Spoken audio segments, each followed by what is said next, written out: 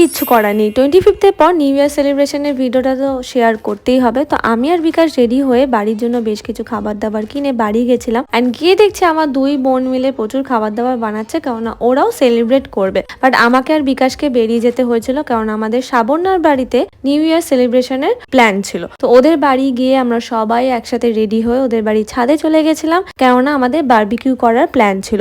But কিছুতেই চিকেনটা ready হচ্ছিল না, কেননা সেদিন প্রচন্ড বেশি ঠান্ডা আর হাওয়া ছিল। ফাইনালি রাত 12টা বেজে গেছে অ্যান্ড আমরা 2025-এ এন্ট্রি নিয়েছি। তো যাই হোক, রাত বাড়ার পর আমরা নিচে নেমে আসি, খাবার দাবার সেখানেই খাই। আর এদিকে দুই নারী মিলে গসিপ করতে করতে বাকি চিকেনটা ইন্ডাকশনে করে ফেলে। ডিনার হয়ে যায়। পরের দিন সকালবেলা সৌরভ আমাদের চা বিস্কিট দেন। পুরো দুপুরটা আমরা ওখানেই কাটাই, খাওয়া দাওয়া করি। এদিকে দুই জিজু মেলে রাইসার পিছনে লাগছিল, কেননা এটা ওদের ফেভারিট কাজ। যাই হোক, গল্প করতে করতে লাঞ্চ করতে করতে সিনেমা দেখতে দেখতে আমাদের সময় কেটে যায়। তো দেখা হবে নেক্সট ব্লগে। Bye bye.